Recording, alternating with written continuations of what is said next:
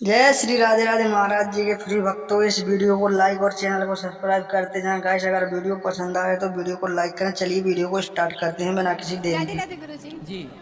गुरुजी, मेरा ये प्रश्न है कि हम रामायण में देखते हैं कि हमें बताया जाता है कि वहाँ पे राम जी ने शबरी जी के झूठे बेर खाए थे। तो एक तरफ हमें द्वापर युग में ये दिखाया जाता है कि कर्ण को क्षत्रिय धर्म के ना होने के कारण उन्हें युद्ध में भाग नहीं लेने दिया गया था।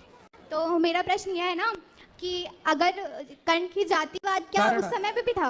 कर्ण तो बेटा युद्ध में भाग लिए थे। जैसे उन्हें पहले कहते हैं ना कि नहीं भाग लेने दिया गया था, इसलिए दुर्योधन ने अपनाया था। ना ना ना, युद्ध में भाग लिया था तब तो कर्ण, अभिमन्यु की हत्या में भी कर्ण थे, और अर्जुन और कर्ण का युद्ध भी हुआ तब तो कर्ण मारे गए। तो युद्ध में तो भाग लिया था कर्ण ने। हमने हिस्ट्री में 12th में हमने हिस्ट्री में पढ़ा था कि वहाँ पे कर्ण जी को ना युद्ध में भाग सूतपुत्र होने के कारण ना भाग नहीं लेने दिया गया था। भाग तो लिया था, आप सब जानते हैं कि कर्ण और अर्जुन का युद्ध हुआ। वो तो बाद में हुआ ना, एक बीच में एक युद्ध हुआ था जहाँ पे उन्हें सूतपुत्र कह के नकार दिया गया था, उन्हें निकाल दिया गया था। तो आप पूछना क्या चाहते हैं? मेरा पूछने का ये मतलब है कि उस समय क्या जातिवाद था? सर हमारे यही बोलते थे स्कूल के कि जातिवाद है, उसमें महाभारत काल में भी था। नहीं नहीं, देखो ऐसा है कि सब लोग जानते हैं कि कर्ण कुंती के पुत्र हैं जी। पर कर्ण ने दुर्योधन का साथ दिया। भगवान कृष्ण कर्ण को समझाने गए कि आप युद्ध मत करो, क्योंकि आप यदि युद्ध करेंगे तो दुष्ट दुर्योधन की शक्ति बढ़ जाएगी। इसलिए भगवान ने कहा कि आप युद्ध मत करो, क्योंकि आपके युद्ध करने से दुर्योधन गलत है, उसकी शक्ति बढ़ेगी। आप या तो युद्ध मत करो या तो पांडवों का साथ दो। गुरुजी तो मेरा कर्ण ने कहा कि नहीं, मैं तो दुर्योधन का ही साथ दूंगा। जी गुरुजी। तो कर्ण भले थे, अच्छे थे, पर साथ तो दिया ना। आपने बात की जातवाद की। देखिए, जातियां तो शुरू से रही हैं, पर व्यवस्था के लिए रही हैं। ब्राह्मण, क्षत्रिय, वैश्य, शूद्र ये व्यवस्था के लिए बनाई गई। जातियां जातवाद में तब्दील हो गई इस कलयुग में, जब अंग्रेज और मुगल आए, जहां छुआछूत को, ऊंच नीच को बढ़ावा दिया गया। उस जमाने में छुआछूत होता तो भगवान राम शबरी के यहाँ क्यों जाते?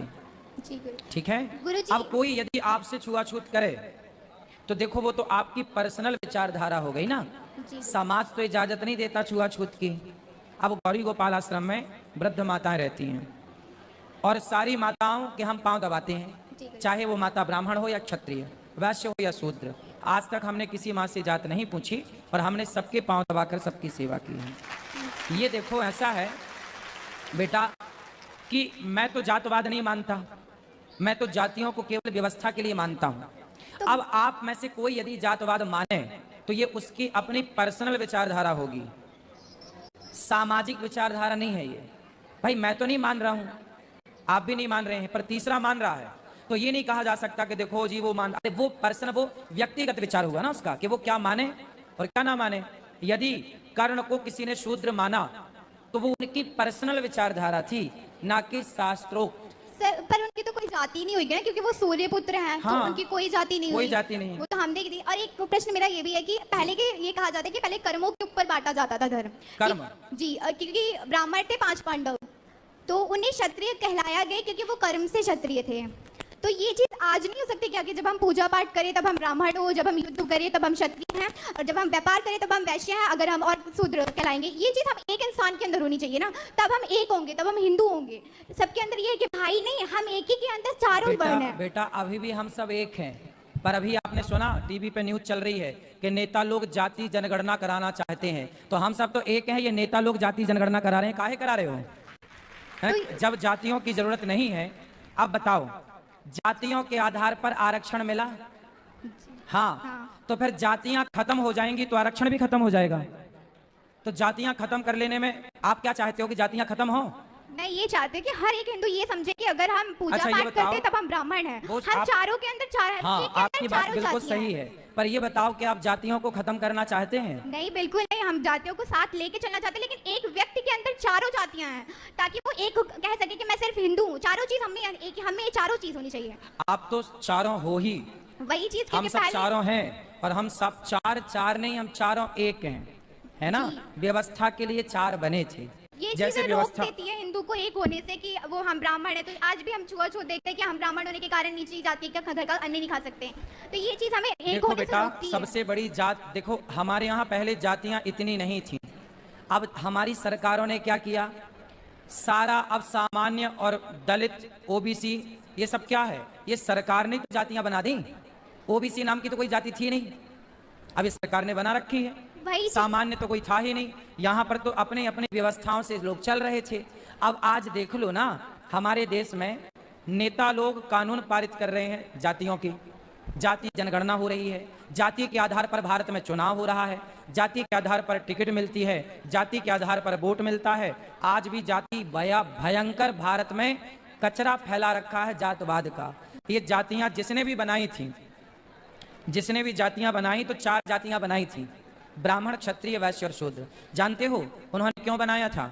उन्होंने ये 4 जातियां सिर्फ इसलिए बनाई बेटा, जैसे आप स्कूल जाते हो ना, तो स्कूल में एक प्रिंसिपल होते हैं, एक शिक्षक होते हैं जो आपको एक विषय, एक गणित पढ़ाते हैं, एक विज्ञान पढ़ाते हैं, हर सब्जेक्ट के अलग अलग टीचर होते हैं, सबके हेड होते हैं प्रिंसिपल, है ना। ये क्या है? प्रिंसिपल क्या है? शिक्षक क्या है? वो एक व्यवस्था है। फिर एक सरकारी स्कूलों में एक चपरासी भी होता है जो घंटा बजाता है, एक पीरियड हो गया टन, वो क्या था? एक व्यवस्थापक था। वो वहां पे जो कार्य करने वाले लोग हैं वो कौन है?